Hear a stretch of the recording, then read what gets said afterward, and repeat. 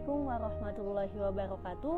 Saya Syarifatul Mar'ah dari kelas PAI 6A akan memaparkan materi tentang pendidikan seks bagi usia dini menurut hadis Nabi Muhammad SAW. Video ini ditujukan untuk memenuhi tugas ujian tengah semester mata kuliah hadis tarbawi yang diampu oleh Ibu Hajah Debibik Nabilatul Fauzia LC.MA.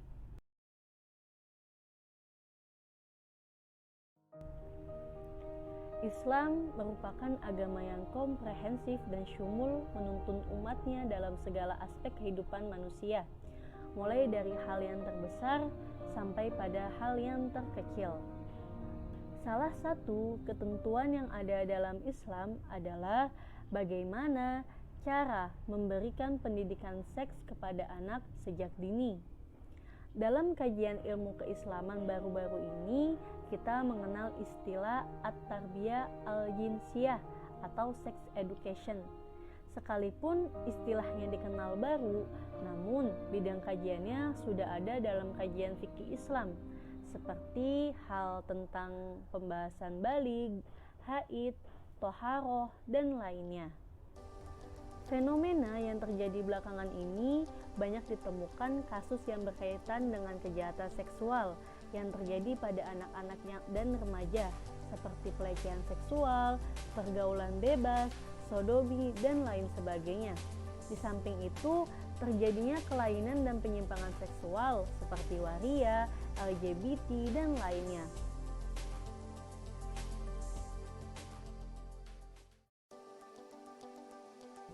Jika kasus semacam ini terus berlanjut bahkan meningkat, bagaimanakah nasib generasi muda kita?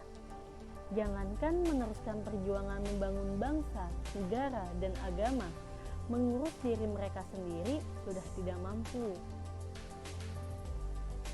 Oleh sebab itu, Islam sudah menawarkan pendidikan yang benar dan tepat untuk memberikan pemahaman yang benar dan pendidikan yang sehat kepada anak sejak dini.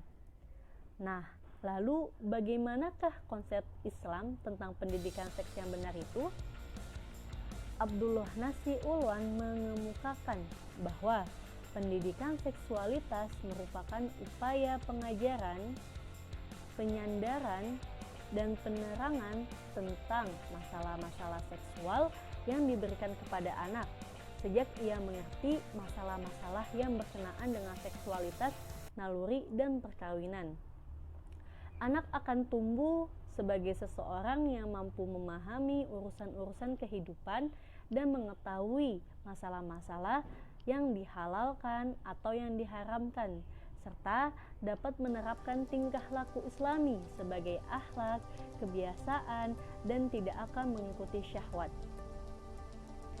Dalam hadis Nabi Muhammad SAW telah dijelaskan mengenai konsep pendidikan seksual bagi anak. Salah satunya terdapat dalam hadis riwayat Abu Dawud berikut ini. Bismillahirrahmanirrahim. Hadatsana Mu'ammal bin Hisham yakni Ayashkuri. Hadatsana Ismail an Sawar Abi Hamzah.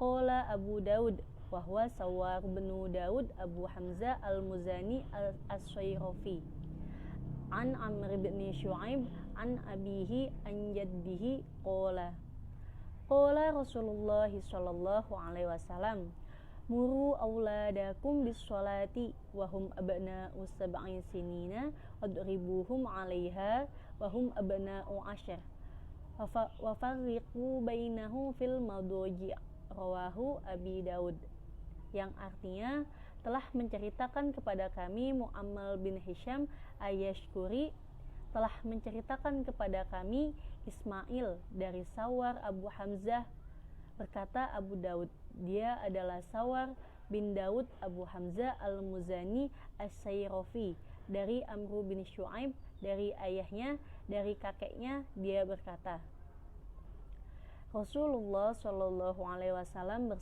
bersabda, perintahkanlah anak-anak kalian untuk melaksanakan sholat apabila sudah mencapai umur 7 tahun, dan apabila sudah mencapai umur 10 tahun, maka pukullah dia apabila tidak melaksanakannya.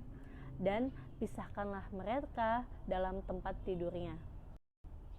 Hadis di atas adalah salah satu dasar dari hadis Nabi Shallallahu Alaihi Wasallam tentang pendidikan seks pada anak. Hadis di atas menjelaskan tentang aturan pemisahan tempat tidur antara tempat tidur anak laki-laki dan anak perempuan. Pada kalimat terakhir hadis menyatakan penekanan tentang upaya penanaman kesadaran terhadap jenis kelamin. Pada masa anak pubertas, anak akan mengalami perubahan diri dari masa kanak-kanaknya ke alam yang lain, yaitu alam pubertas. Anak akan berhadapan dengan dunia yang belum pernah dihadapi sebelumnya. Dunia yang berbeda dengan dunia sebelumnya. Di dalam diri anak terjadi gejolak.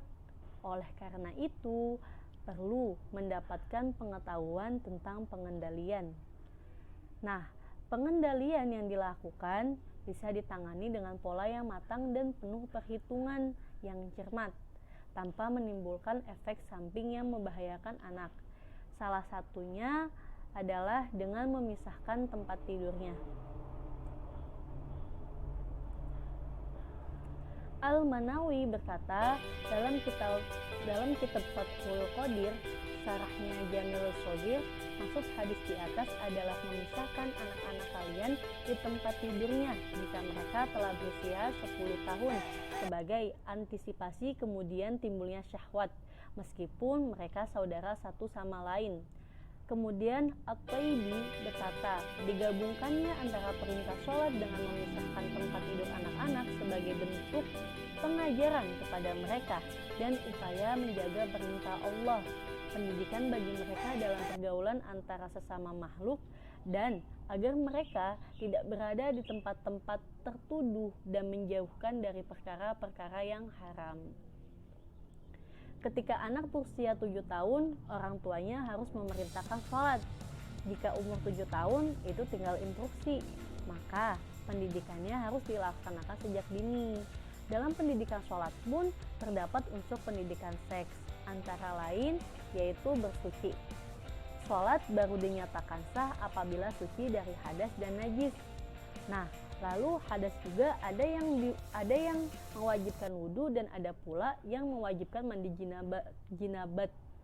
Membahas semua itu tidak akan terlepas dari penjelasan masalah seksualitas. Anak juga akan diundang untuk minta penjelasan fungsi kelamin, belum lagi menjelaskan madhi bagi anak laki-laki. Saat itu juga dituntut memberikan penjelasan apa itu syahwat. Hal ini juga mengandung pendidikan seks.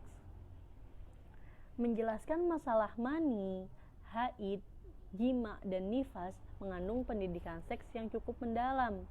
Demikian pula mengajarkan cara mandi yang sempurna menurut ajaran Rasulullah. Dengan demikian, pendidikan bersuci untuk sholat tidak bisa dilepas dengan pendidikan seks.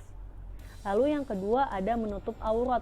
Menutup aurat harus diajarkan kepada anak sejak dini. Aurat adalah anggota badan yang harus ditutupi tatkala sholat dan tawaf, serta dikala bertemu dengan ghairu mahram. Aurat laki-laki adalah daerah antara pusar dan lutut, berlaku ketika sholat dan di luar sholat. Aurat wanita adalah seluruh tubuh dan tidak boleh memperlihatkan lekuk tubuhnya. Kerudung wanita harus menjulur ke dada. Keharusan wanita menutup seluruh tubuh dan menutupi lekuknya mengandung implikasi pedagogis terhadap seks. Sekian pemaparan yang bisa saya sampaikan. Kurang dan lebihnya mohon maaf. Wallahul muwaffiq ila aqwamit thoriq. Assalamualaikum warahmatullahi wabarakatuh.